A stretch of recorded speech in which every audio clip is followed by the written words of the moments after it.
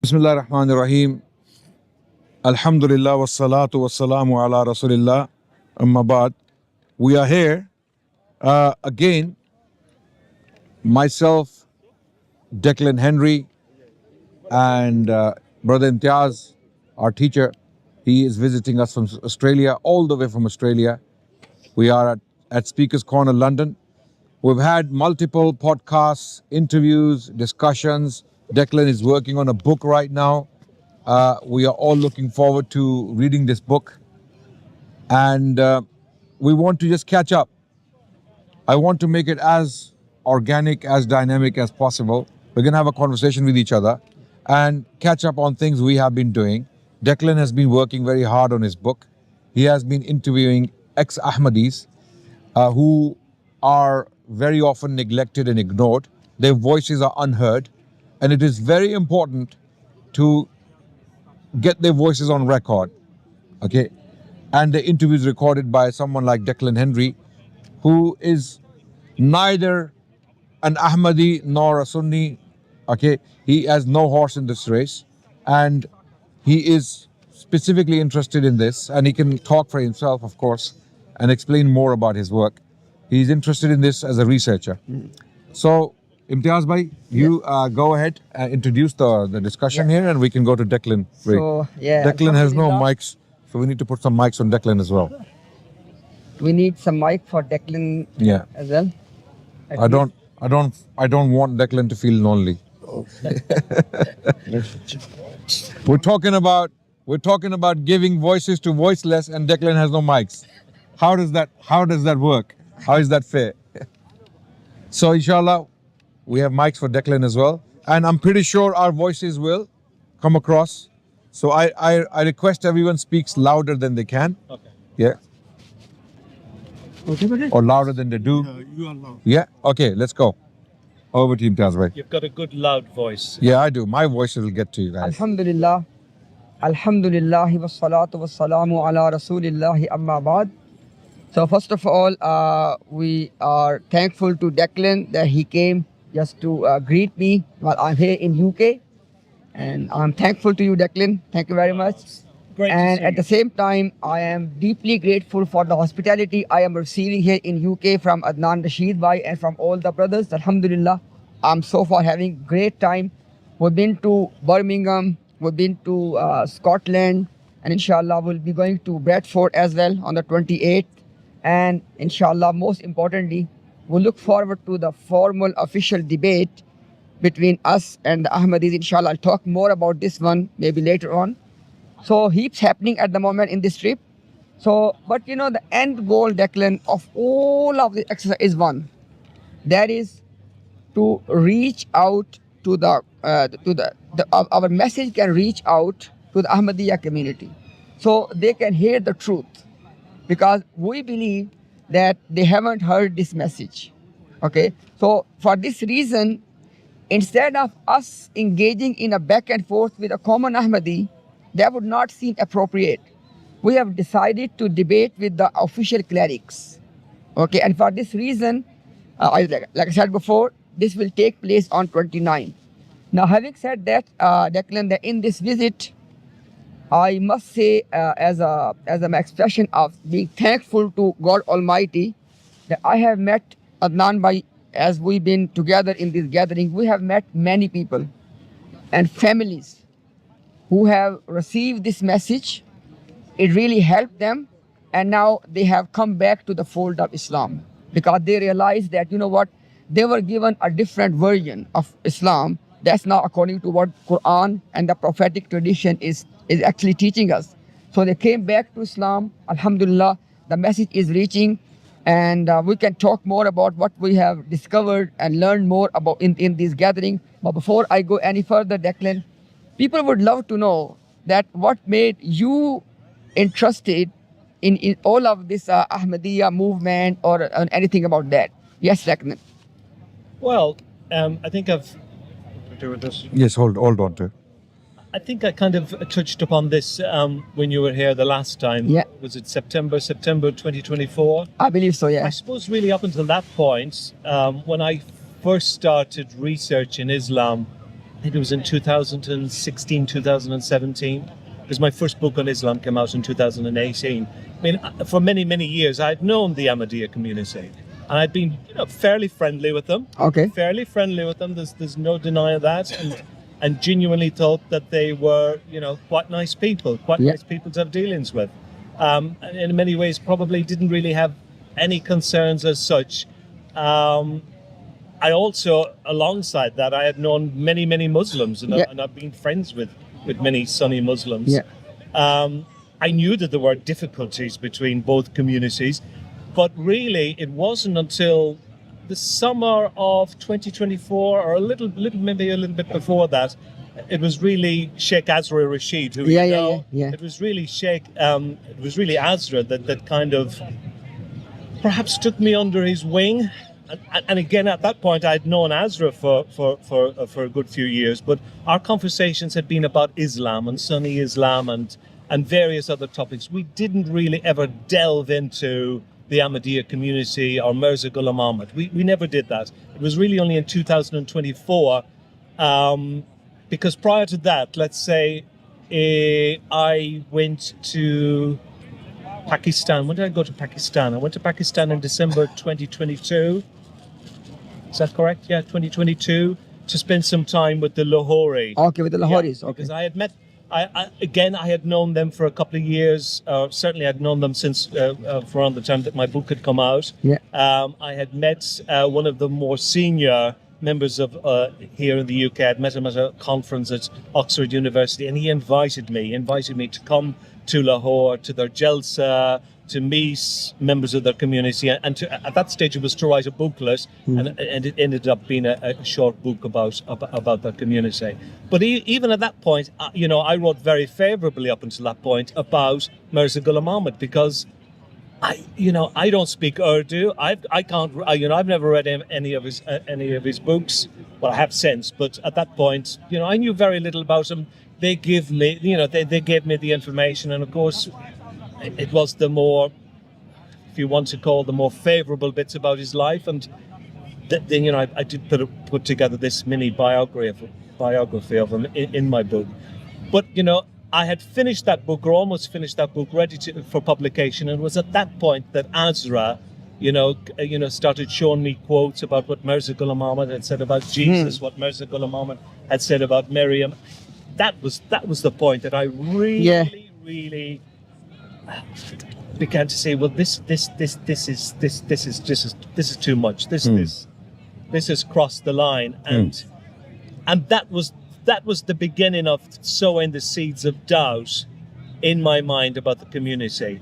I went to the community. I asked them, because I wanted to set up a debate between Sheikh Azra Rashid and the Ahmadiyya community. I went to a representative of the community that I was, we still WhatsApp each other from time to time. I won't name him, but he's from the Voice of Islam radio station. Known him for a long time.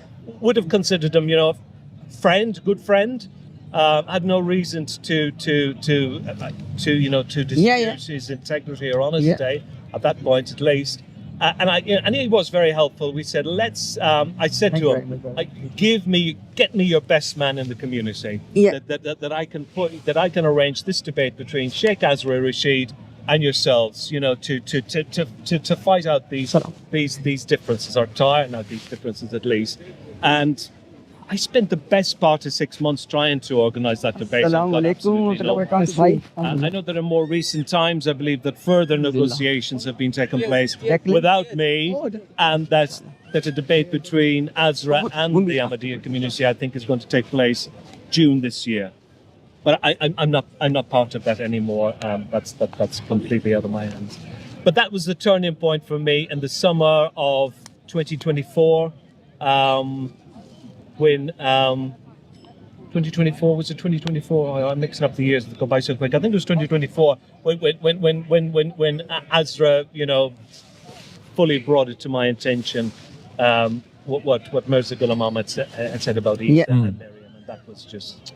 And then you interviewed Asif Basit as well. I did. First of all, I interviewed Azra, and that didn't go down terribly well. I mean, that was just quite minor in comparison to what has taken place since. That was just that was what you call a very soft interview. That was followed by you? No, it wasn't. It was followed by Asif Basit. Asif Basit. Yeah, you interviewed him before us. And Yeah. after that, Yeah. it came you and Muhammad. Yeah. You see, in that interview, when you did that interview with Asif Basit, and you asked him that question, that how many Ahmadiyya community members are there in the world today, and he answered the question, 12 to 15 million. 12-15 million. You're a witness. You're the person who interviewed him. Yeah. And this was a huge setback for the community. They may have not realized at the time, but because we had Well, claims. I didn't realize it at the time. I mean, I wish I had known some Yeah. of the other figures and statistics that had been previously quoted. Yeah. Because if I had, I would have challenged them Yeah. there Yeah. and then. Yeah. But I didn't know them. So the Ahmadi Jamaat now is in a dilemma, right? They either have to accept that they lost 185 million followers, at least 185 million followers, or Mirza Tahir was a liar. They didn't lose. They didn't lose the Adnan because I'm afraid They were not there. that number never They were- existed. but- Honestly, I think that if you realistically, if you counted everyone that has ever been an Ahmadiyya since the time of Mirza. Mirza Ghulam Ahmad, even if you included all the deceased members, you wouldn't come up with a figure like that. No, absolutely. You know that, I know that, Imtiaz Bhai knows that. The problem is their fourth caliph, Mirza Tahir, in the early 2000s, Yeah. he made this claim publicly on camera, which is still on record. He I've said, seen it. we are 200 million strong. Well, Okay. they may say he made a mistake or he was talking. No. He was talking about a projected figure that one day in the world there will be 200 million. I don't know. But yeah, Then because these, there's never been 200 million.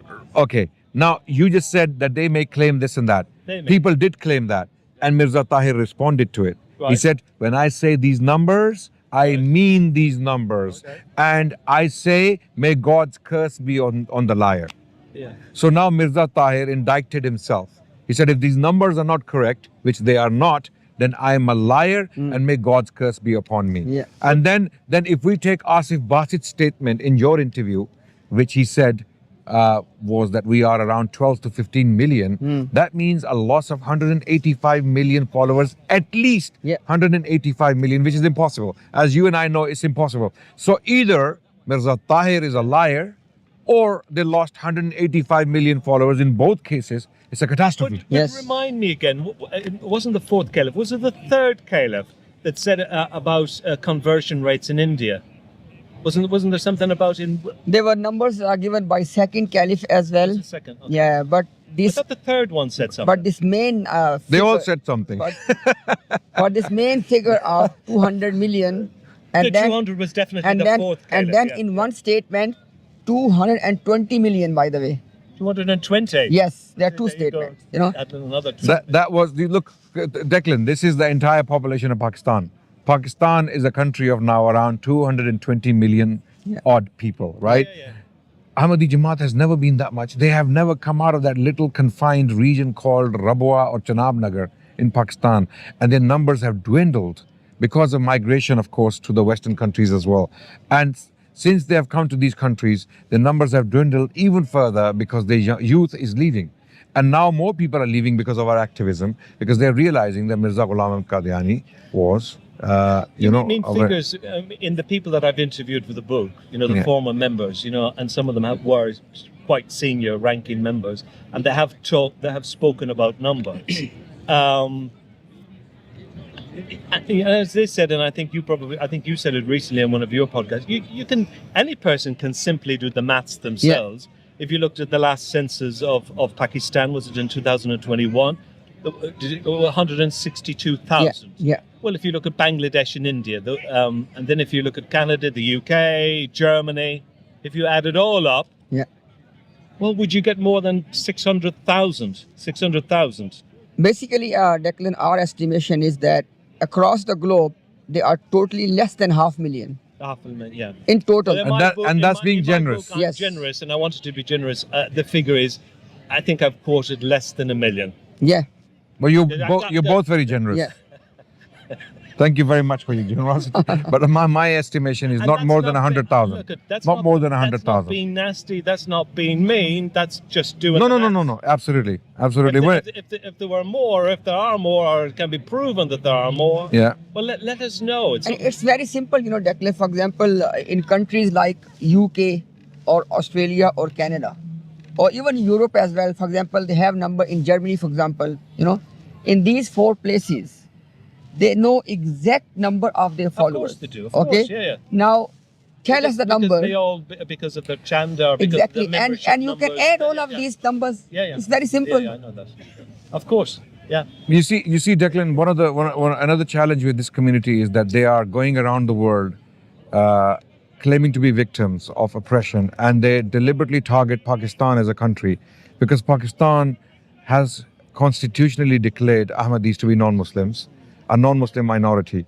They are not willing to accept this, and they take it up with the UN. They go to Donald. I mean, one of them even made it to Donald Trump. He complained to Donald Trump that we are being oppressed around the world, we are being targeted. But that's not the case. I mean, if you go to Pakistan, you will see that if anything, the Ahmadi community is quite protected. They are quite confined in the areas, and they have good police protection. We're not saying there are no miscarriages of justice. We're not saying there are no cases of persecution or even killings. And we condemn all that. I can identify with Yeah. that from when in Yeah. my time in Pakistan. Yeah. I thought that before I went there, I thought that the Lahoris, that they would have to be very secretive, and that they are protected, and obviously they have their security. Yeah. But I would say going around their day-to-day business, it's pretty unaffected. No, absolutely. Unaffected. Nobody seems to know who anybody is. Without You can without easily. Declan, without naming, there are many big businesses which are owned by the Ahmadis. Yeah. in Pakistan, In as we Pakistan. speak. In Pakistan. And on top of that, Declan, And nobody goes around No. asking you to No. identify yourself. No. or to- The problem arises, Declan, you have seen some of the teachings of Mirza Ghulam Ahmad Qadiani. You are a witness how disturbing some of these teachings are. What the Ahmadi community wants in Pakistan is the freedom to preach those teachings, which can cause serious problems, because the Muslims love Jesus dearly. Muslims love his mother dearly because she's mentioned in the Quran with very, very high regard.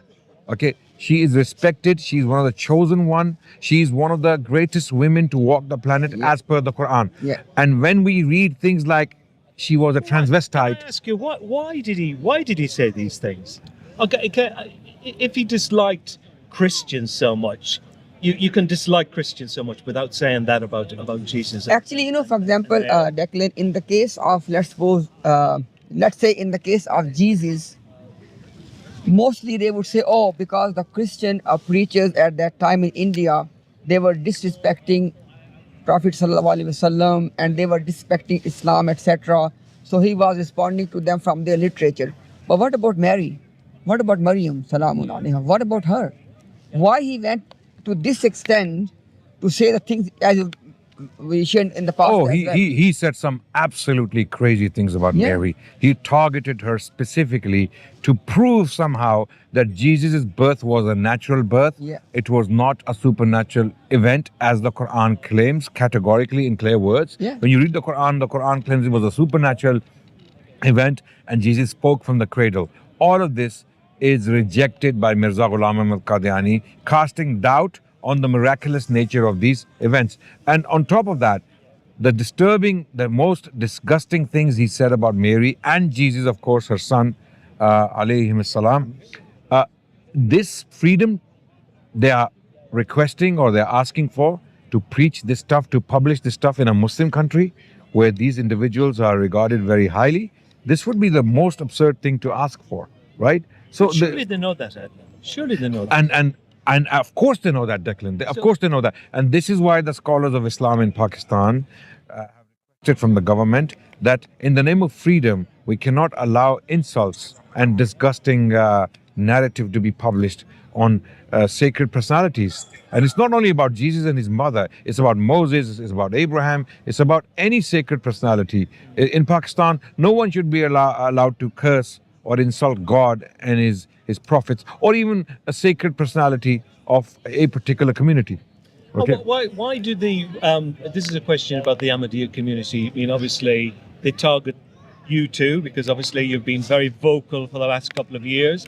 Muhammad, you've given us all a free education. You've given the world a free education into the works of Mirza Ghulam Ahmad. You're an expert. You've read all the books. You've done podcasts, live stream after live stream. Every week we watch you. We learn more and more and more. But at the end of the day, you're only quoting black and white. You're only quoting out of the books of Mirza Ghulam Ahmad. So how can they say that you hate? How can they accuse you of hatred towards them? Because you're only quoting what their founder. I mean, I would say that I don't understand their accusation towards you. The very initiative we have, it's called the Dialogue with Imtiaz.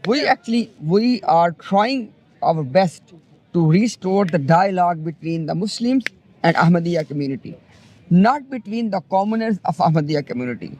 Just to make it very clear, with the official clerics. So, for example, if you talk to a common Ahmad, he would say, "Look, maybe he's just making things up. Oh, you don't know. I will go and research." Or they will say, "We don't believe in this." Yeah. As far as the clerics are concerned, they have read this literature.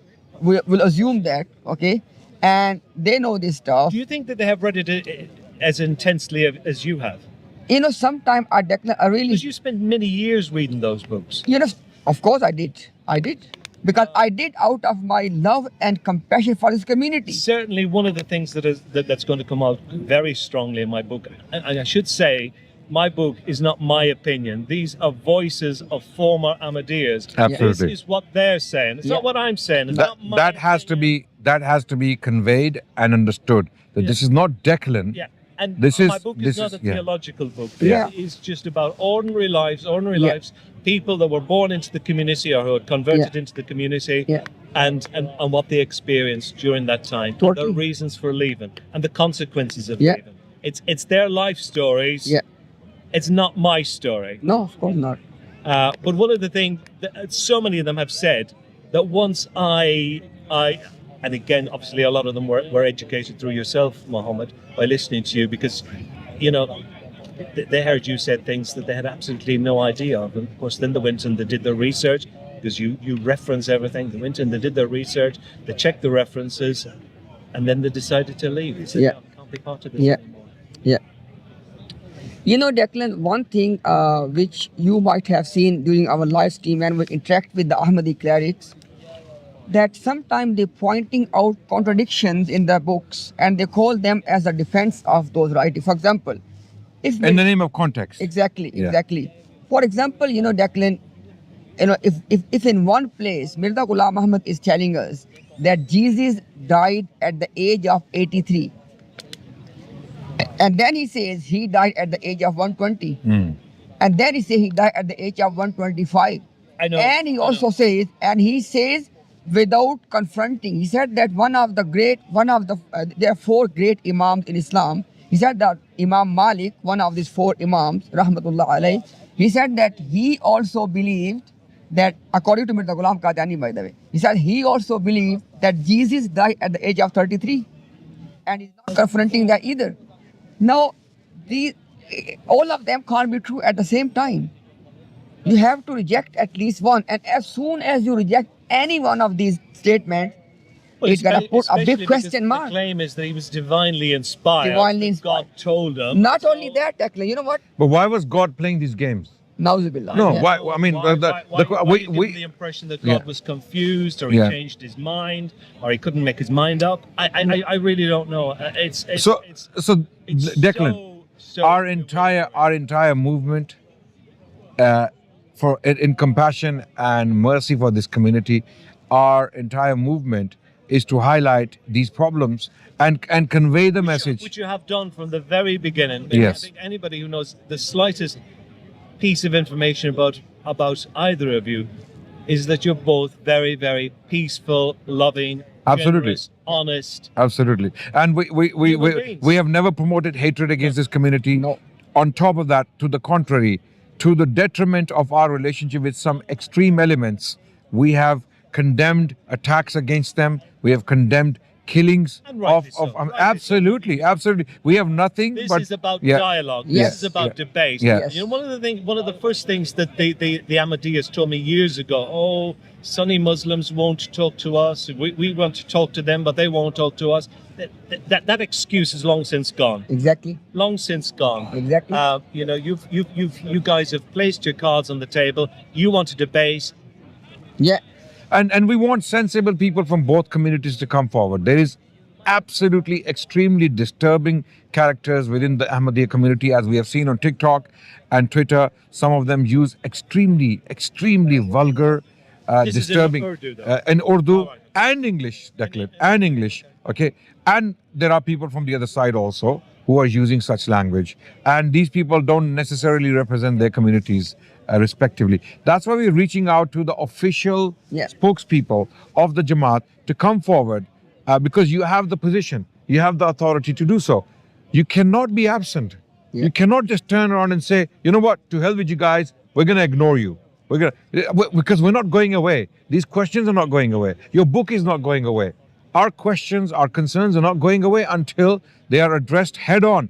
And once they are addressed head on, let the people decide. Let people see where lies the truth. What's the end goal of this? Because, you know, this will continue, your campaign will continue. What would you like to see to achieve in the next couple of years? To be honest, Declan, we have a very simple goal that we want Ahmadiyya community to come back to Islam, because we believe that they are on misguidance. So in most cases, out of the ignorance.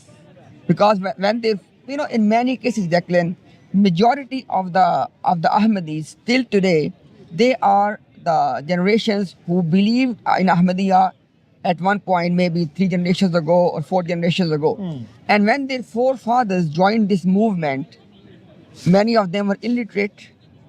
Most of them, because in India at that Actually, time, the overwhelming majority were. yeah. Yeah. And secondly, they did not have access to the books of Mirza Ghulam Ahmad or to the books of regarding Islamic, you know, information. So at one point they. But that's more or less to this to this day. Yeah. The number of Ahmadiyas that will have read a substantial amount of the works of Mirza Ghulam Ahmad. It's very tiny. insignificant number, very insignificant number, not a big number, not a big number. Even from within the clergy, Wouldn't you think that as a Christian, if Jesus had written so many books, I'd be very interested to know what did Jesus Yeah. write about? Yeah. What was his stance on A, B, and C? Yes. Why aren't they? you Why know, aren't they curious to actually, to you know, read more? look at the irony, Declan. You know, when they come out, for example, their most favorite topic for debates is death of Isa alayhi salam, death of Jesus, right? Analysis of And prophet. one condition they always want to put in for this debate, that you are not allowed to quote the books of Mirza Ghulam Qadiani, their founder. I mean, how bizarre and how absurd is that? Because Well, that'd be like saying to somebody, "I'd like to discuss the New Testament with you, but you must not, under any circumstance, Yeah. mention Jesus." exactly. For example, I want to discuss the Quran with you, but under no circumstances must you mention the Prophet Muhammad. Yeah, absolutely. How fair is that? Yeah. And how fair is, I mean, you have a person claiming to be a prophet of Yeah. God and who has written 80 odd books, and that have been published in 23 odd volumes, right, by your own Jamaat. You don't want us to indulge in that? Yeah. What's the point of that stuff? Yeah. What's Well, the point of what reason- what's the point of that hard work? What's the reason when you say why not? Actually, you know, Declan, the point is, for example, let's take this as a case study, this death of Isa alayhi salam, you know, narrative of Ahmadiyya. Because, you know, Declan, Ahmadiyya has a very specific narrative. For example, even Christianity, they believe that Jesus died on the cross. So they believe in his death, right? But the point is, Ahmadiyya narrative is not just simply of his death. It's a very unique, for example, they believe that everything mentioned in the New Testament, in the Passion narrative, that did happen. He was put on the cross, everything happened, but he did not die on the cross. He only fainted and got injured. And then secretly, for 2 or 3 days, he received some treatment, he got healed, and then he traveled to Kashmir, and then he was preaching there to the rest of the tribes of Israel, and then he died there.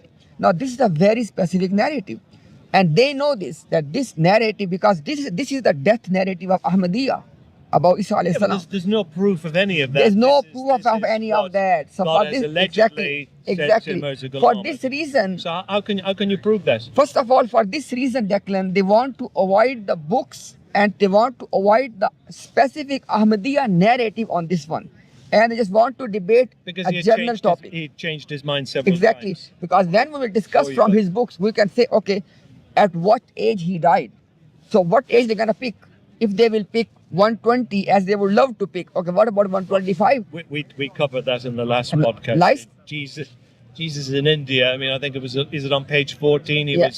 was he 120, and then was it? I've got it mixed up. But anyway, Yeah. and that book. He was 120 in one page, and then 125, and then 125. 125. Exactly. That's in the same book. Same book. That has been reprinted Yeah. many times. Yeah. So if it was a typo in the original, you could certainly correct it in a later edition. And But you it's know, not corrected. Declan, now I tell you the most, I would say the most absurd thing in all of this discussion. For a brief moment, hypothetically, for the sake of argument, even if we agree on this, okay, Jesus died. The question is, that would not automatically prove that now Mirza Ghulam Ahmad is the Messiah.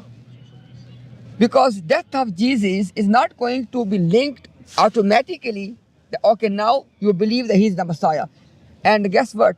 Since the time of Mirza Ghulam Ahmad, the Muslim scholars are asking them, okay, if you want to debate the death part, then you must debate the next part as well in that same session. Does he qualify? Okay, Does yes. he qualify to be a Messiah or a reviver of Yeah. the faith or even a prophet of God Yeah. or even a decent man? Yeah.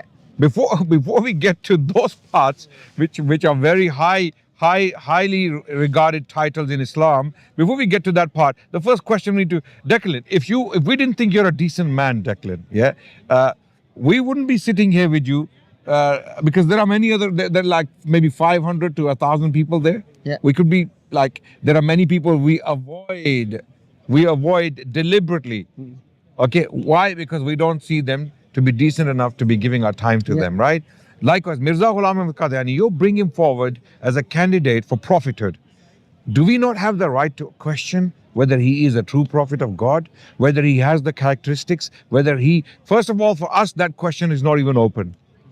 For the sake of the Ahmadiyya community, to show them why we are right in not even considering him as a prophet of God, okay, we want to show them why he's not qualified, why he's not, why doesn't he fit the description. And Declan, I give you again on this part that how Mirza Ghulam Ahmad automatically becomes what he claims to be becoming. Just to cover this part, Declan, for example, in Islamic tradition, it's very clear that the descent and the return of Jesus will be in Damascus. And there's a white minaret in Damascus, and it will be in that region. Okay?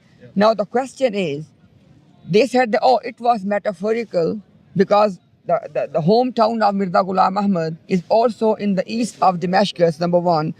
Then they would say, okay, but what about the white minaret? They would say, you know what? Mirza Ghulam Ahmad Qadiani collected donation to build that white minaret. But it was never completed. The point, Declan, is, according to the Islamic sources, minaret is first and then Messiah is descending there. In this case, Messiah is coming, the so-called Messiah is coming and building the minaret, number Am I one. correct? That wasn't fully Yes, built. and in his he lifetime. died before the It's been minaret. obviously built Exactly. since then. He died before it complete. But then, you know what? The second Ahmadiyya Caliph Adnan Bhai, the son of Mirza Ghulam Ahmad Bashiruddin Mahmud, the second Caliph, he literally went to Damascus under that white minaret, and then he said, today that prophecy has been fulfilled. But hang on a second. You said it was supposed to be metaphorical, number one. Now it has become literal. Secondly, that was about your Messiah, not about the son of Messiah. So, all of these things, in order to avoid all of these discussions, they would say, we just want to discuss from Quran and from the prophetic tradition, death of Isa, that's it. They don't want to discuss the why and how Mirza Ghulam Ahmad becomes the Messiah. Because these are the most problematic areas of discussion for them. Because somebody dying would not make him the Messiah. There's no ways they'll ever be able to get around that, is there? No. There's no way. Because the sign, the signs are so many, in dozens. You cannot doctor all of them. They cannot be, just fictitiously fulfilled in anybody. There are so many signs. And secondly, as Adnan always mentioned, we have the biological reference given by Prophet Muhammad, peace be upon him. He said, son of Maryam will descend. That's the key point, Declan. The son of Maryam will descend. Now, nobody can say that Mirza Ghulam Ahmad, God forbid, was son of Maryam. Nobody can claim that. So it all ends here. We don't even need to go any further. Yeah, the Jesus, the son of Mary, there's only one Jesus, the son of Mary, we know historically, right? The one, when we say Jesus, the son of Mary, there's no second person or third person we can think of in human history. So Prophet Muhammad, categorically, sallallahu alaihi wasallam, he mentioned that the son of Mary will return. And now who is that? If Mirza Ghulam Ahmad Qadiani claims to be the son of Mary, how do you want us to take him seriously? See, this is the problem that I've got, and this is a question. And you don't know the question. This isn't rehearsed because you didn't know I was going to bring this question today. Let me read it out. Mirza Ghulam Ahmad, he claimed to be the prophet's Messiah for all humanity. For all humanity. He believes the end time expectations of many religions were fulfilled in his person. Yes. Okay? These included the second coming of Jesus in Christianity, the Imam Mahdi and the return of Jesus in Islam, the metaphorical second coming of the Prophet Muhammad, the Jewish Messiah, Krishna's avatar in Hinduism, the Maitreya Buddha in Buddhism, and the Saoshyant in Zoroastrianism. Correct or not? Is that correct? He claimed all of that, yes. Okay.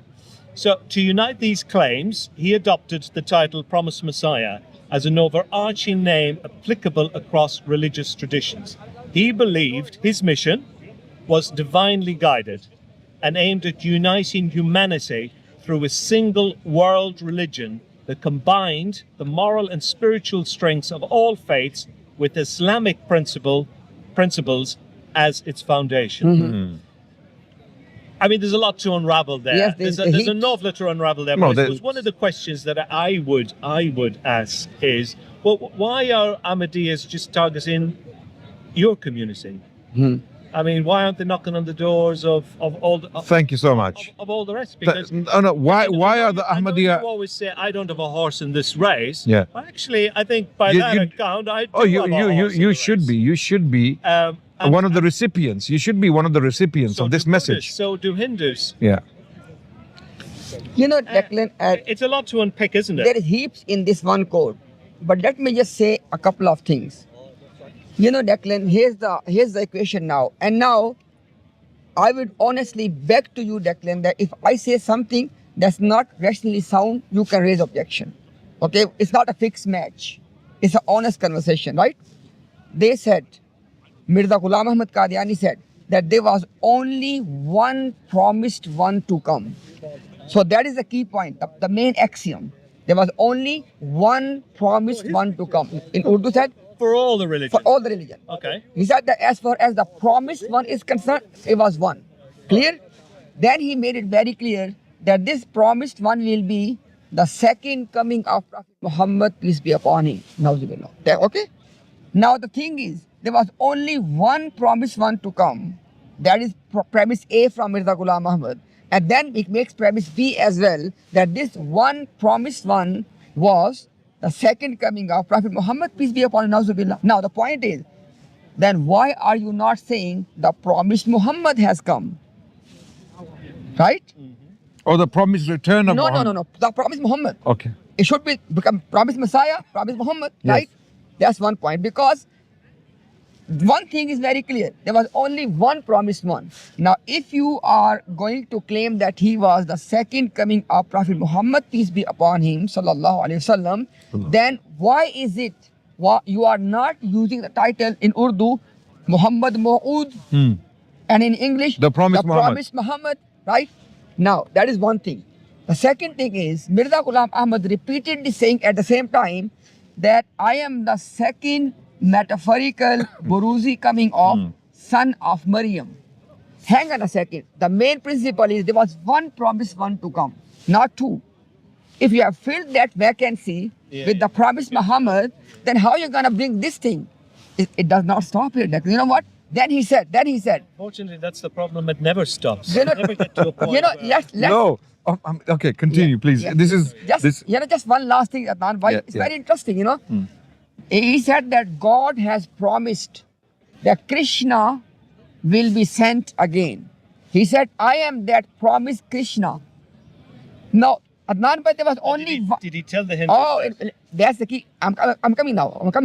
Now, Jacqueline, there was only one promised one. The first question will be: did God promise to send Muhammad, or Krishna, or Jesus, son of Mary? Which one? Because there's only one. they're not all the same people. They are those people, exactly. There was only one. That's the main. There was only one promised one. Number one. Number two, why is it that you said, oh, God promised a Messiah and become Mirza Ghulam Qadiani is the one, so he became promised Messiah. Why not promise Muhammad and promise Krishna as well? Right? Because he was promised, as per his claim, he was promised to send Krishna. He is the fulfillment. Now, the point is, it means, the big problem, Declan, is, it means that for the Muslims, his claim must be promise Muhammad. And for the Christians, promise Messiah. And for the Hindus, promise Krishna. Guess what, Declan? You cannot find a single book in Ahmadiyya literature till today in which they are telling the Hindu of the India that he is your promised Krishna. Or the Christians that he's your promised And Messiah. he's not telling you that he is your promise. Or the Jews. Okay. Or the Jewish people. And now we come to Jewish people. They have a center. They have a center at Haifa. In Haifa, in current day Israel, they have a center. You know, Nan, why the question is, just one thing, Declan. The question is, Declan, we know for sure that Jews are claiming that we are waiting for our promised Messiah, correct? Yeah, they are. Now, and many people, and I think we covered this before, many people have claimed to be the promised Messiah in Judaism. now Yes. the point is, But they Declan, introduced themselves Yeah. in their lifetime. Yeah. They declared themselves as Now That we are with the Messiah. But Mirza Ghulam Ahmad didn't do that. No. He never went to the Jews. Declan, the point. He had no access to This the is Jews. the point, Declan. Mirza Ghulam Ahmad in his time and his movement till today, why they are not telling the Jews that he was your promised Messiah? Now, the only Mirza one. Ghulam Ahmad will be soon dead 118 years. So since then, Exactly. They have never told them. And Adnan Bhai, they do not have a single book in which they tell the Jews he's your promised Messiah. And if he's not their promised Messiah, then do you believe that the Messiah will come for the Jews? one of the questions from the back of that I was going to ask you was, with this statement that that Mirza Ghulam Ahmad is the second coming of so many various end figures in the different religions. If that was his belief and he was divinely inspired, why have the caliphs since? Why have all the caliphs never continued with that? Continued the work of their founder? Why has there never been any mention of that ever? You know, Declan, very simple. We make it very simple. We want to see that letter which any of their caliph has sent to the Pope of Vatican that Mirza Ghulam Ahmad is your Messiah. Believe in him. Show us the letter. If not, why not? Or to the Jewish Or the Jewish people. Or to the Hindus. Or the Prophet Krishna. Okay. And the thing is, the main thing is, why are you hiding his claim of Prophet Muhammad? Because he did claim that. Yes. Categorically, that I am the promise. You guys have a lot to unravel on Wednesday, but oh yes. Exactly. So, Declan, these are the serious issues with the writing and claims of Mirza Ghulam Ahmad, which they are not interested to interact and engage. They want to discuss death of Isa alayhi salam. Which proves nothing.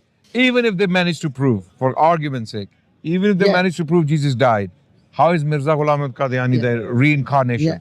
How is he the replacement? He was claiming to be. How is he the replacement? How is he the new arrival? I mean, you have to really be, or when they say the prophethood is still continuing. Let's say they want to debate two favorite topics: death of Jesus and the continuation of prophethood in Islam. Let's say they manage to convince us on both matters for the sake of the argument, right? But how are they going to prove that this man is either a prophet of God or he is the second coming of Jesus Christ. Or this non-bearing prophet. I mean, as an outsider Yeah. to Islam, I just cannot understand that you guys believe that the Prophet Muhammad, he sealed prophethood for eternity. Yeah. Why would God bring a law-bearing prophet 1300 years later?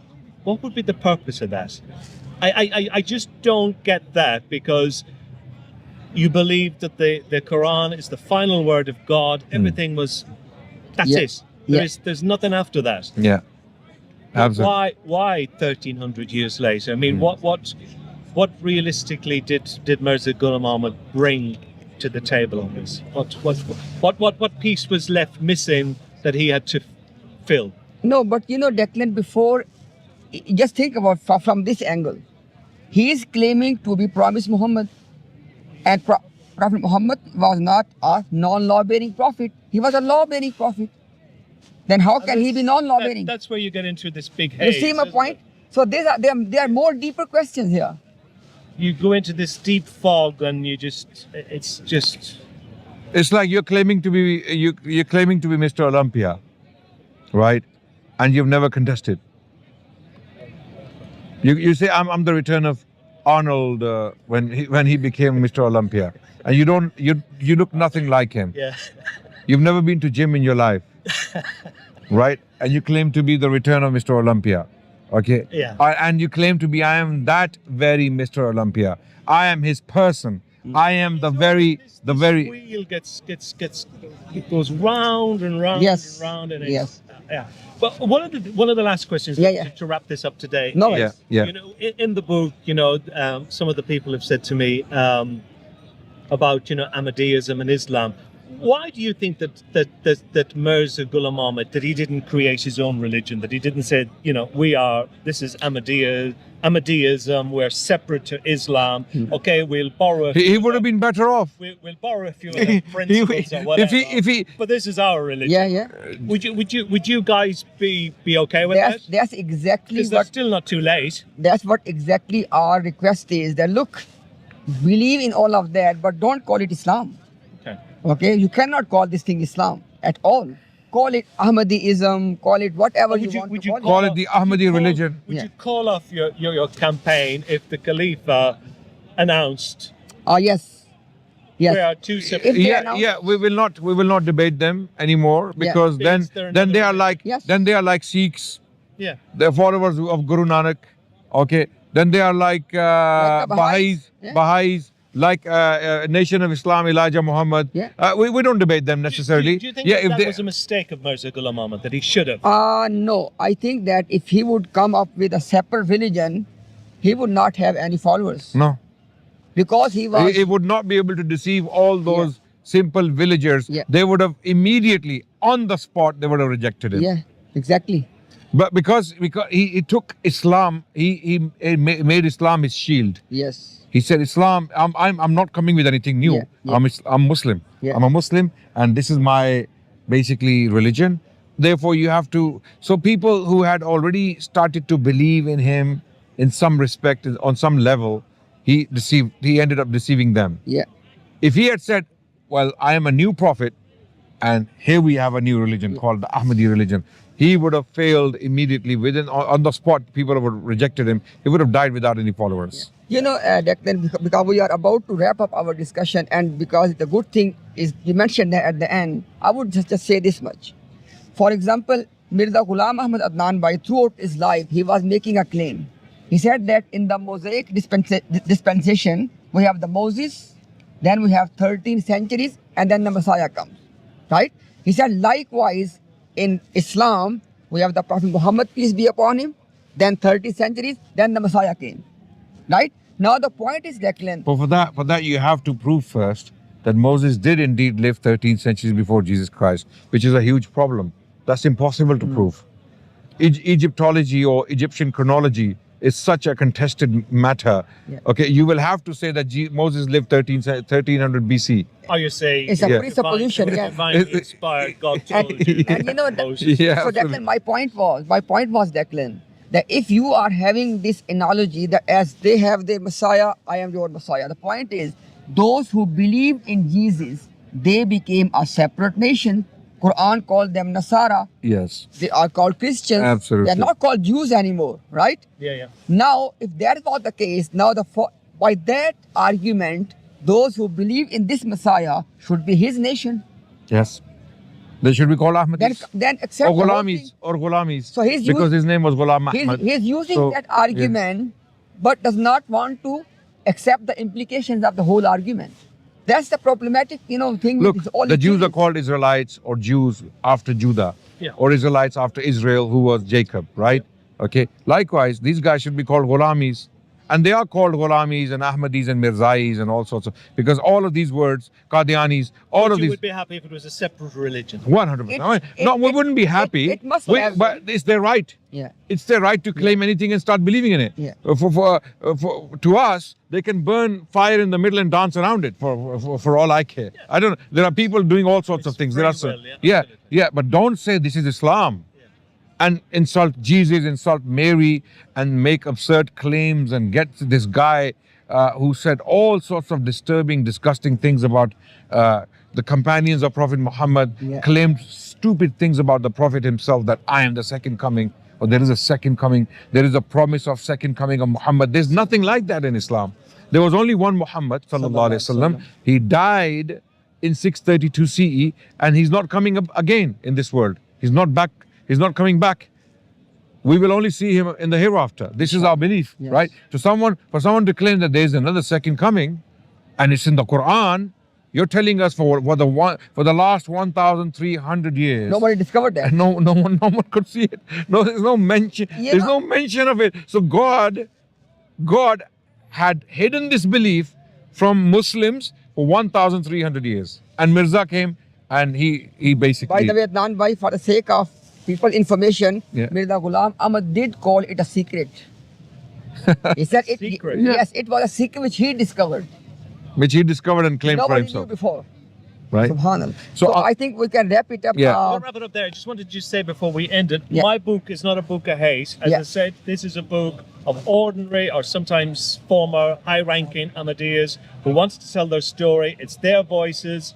I don't think a book like this has ever been done before. Absolutely, I don't think so. I would imagine They so. were completely free to speak about whatever they wanted to speak about. Yeah. But there is a lot of hurt in it. There's a lot of trauma. Yeah. There's a lot of grief, loss, all of that. But that's coming from their voices. It's not me embellishing it or adding into it, and it's not ultimately. It's not a book of hate. And Declan, I want But to. it's really essential that these people were given the opportunity to actually speak out. 100%. And me as a writer, I go where the story is, and I definitely found a story in the 100%. lives of former Ahmadiyya. And I want to congratulate you on this achievement. You have given a voice to the voiceless. The voices of ex-Ahmadis, people who were part of the community and have left it since, their voices have never been put together on this magnitude. So we pray to God that it is accepted and benefit comes from it, and it benefits future ex-Ahmadis, those who find themselves alone, but they might find solace in your book. They might find courage in your book. They might find patience in your book, because that book explains to them that they're not alone. Okay. So on that note, I think. But can I wish you the very best of luck for the rest of the week? Obviously, you're in the UK until Thursday. Yes. And the best of luck with your debate. Thank you very much. Wednesday, Thank you very much. And I hope that things work out for everybody, for all parties. Absolutely. That there is, Absolutely. Thank you. We are well a wishers. solution. Yes. I would just end with that there's a way forward. Because sometime or other, you guys will have to come to a truce one way or another. Absolutely. That's true. Absolutely. So I would end with this. Number one, it was just a casual discussion, not Absolutely. any program, podcast, anything like that. So just take it as a casual discussion. And secondly, the main thing I want to point out is this: when we are presenting our content, the Ahmadiyya clergy, by sitting in their rooms, they are claiming that Adnan Rashid and Imtiaz are twisting our things, and they are taking things out of context. And sometimes they are lying. They have put out videos, there are 100 lies of Imtiaz and this and that. I'm here for last 10 days, almost, it's been 10 days now, almost, okay? And I came last Sunday, and I did not just come, I informed them before coming. I came this Sunday as well. And the main purpose was that if you are claiming that we are twisting your scriptures, which you call scripture, or we are trying to take things out of context, it was your opportunity to come here and expose us, but you did not show up. And I would ask all of you to let's wait for that debate, which On will the take 29th. place on 29th of April, 5:15 p.m. in London, a face-to-face debate on the core issue between us and Ahmadiyya, and it will be live broadcasted on Adnan Rashid Bai's channel and on the dialogue with Imtiaz as well. Again, at the end, I am thankful to Declan, and obviously, I am deeply grateful for the hospitality of Adnan Rashid Bai. Assalamu alaikum wa rahmatullahi wa barakatuh. Thank you very much. Assalamu alaikum.